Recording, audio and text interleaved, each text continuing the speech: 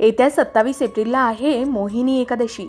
हे व्रत प्रभू श्रीरामांनी आणि पांडवांनी केलं होतं असं म्हटलं जातं। मोहिनी एकादशीबद्दल चला संपूर्ण माहिती जाणून घेऊया। याचबरोबर या दिवशी काय करावं हेही जाणून घेऊया। 27 एप्रिल रोजी मोहिनी एकादशी आहे। वैशाख महिन्याच्या शुक्ल पक्षातील या एकादशीला धार्मिक दृष्टिकोनातून अनन्यसाधारण महत्त्व आहे। भगवान श्रीहरी विष्णूंनी धारण केलेल्या मोहक अवताराची कथा आपल्याला माहिती आहेच।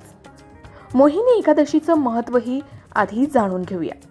हिंदू धर्मात एकादशीच्या व्रताला सर्वश्रेष्ठ मानलं जातं, पण त्यातही मोहिनी एकादशी ही विशेष फलदायी मानली जाते।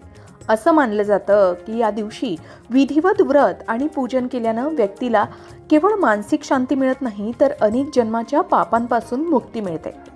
मोहिनी एकादशीचं पौराणिक महत्त्व आहे। समुद्र मंथनाच्या वेळी जेव्हा अमृत बाहेर आलं, तेव्हा देव आणि दानवांमध्ये युद्धाची परिस्थिती निर्माण झाली।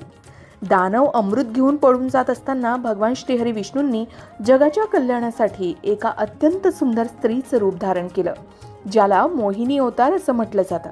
आपल्या मोहक रूपाने त्यांनी राक्षसांना भुरळ घातली आणि त्यांची दिशाभूल करून देवांना अमृत प्राशन करून दिलं। ज्या तिथीला भगवंतांनी हा अवतार घेतला तीच मोहिनी एकादशी म्हणून ओळखली जाते। आता या दिवशी पूजा कशी करावी, तर एकादशीच्या दिवशी सकाळी लवकर उठून स्नान करावं आणि भगवान श्रीहरी विष्णूंसमोर हात जोडून व्रताचा संकल्प करावा। सर्वप्रथम देव्हाऱ्यातील देवांची पूजा करावी आणि तिथेच चौरंग मांडून त्यावर भगवान श्रीहरी विष्णूंची मूर्ती किंवा फोटो ठेवावी। संकल्प घेऊन पूजेला सुरुवात करावी। भगवंताला पिवळी फुलं, तुळशीची पानं, फळं आणि धूप दीप अर्पण करावा। तुळशीशिवाय भगवान श्रीहरी विष्णूंची पूजा पूर्ण होत नाही, त्यामुळे तुळशी आवर्जून वाहावी। या दिवशी देवाला केशरयुक्त दूध किंवा पिवळ्या मिठाईचा नैवेद्य दाखवावा। मोहिनी एकादशीची व्रतकथा वाचावी किंवा ऐकावी आणि शेवटी भगवान श्रीहरी विष्णूंची आरती करावी। शक्य असल्यास या दिवशी रात्री विष्णू सहस्त्रनामाचं पठण किंवा भजन कीर्तन करावं, जागरण करावी। दुसऱ्या दिवशी म्हणजेच द्वादशीला गरजू व्यक्तींना दान करून स्वतः उपवास सोडावा, म्हणजेच व्रताचं पारण करावं। या व्रताचे फायदे असे की त्रेतायुगात प्रभू श्रीरामांनी आणि द्वापर युगात धर्मराज युधिष्ठिराने देखील हे व्रत केलं होतं। हे व्रत केल्यानं मनुष्यातील मोह आणि मायेचे पाश तुटतात आणि मन शुद्ध होतं।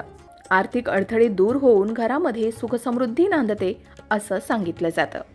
एकादशीचा मुहूर्त सुद्धा जाणून घेऊया। हिंदू पंचांगानुसार मोहिनी एकादशीची तिथी ही 26 एप्रिल रोजी सायंकाळी 6:08 सुरू होऊन 27 एप्रिल 2026 रोजी सायंकाळी 6:17 समाप्त होणार आहे। उदय तिथी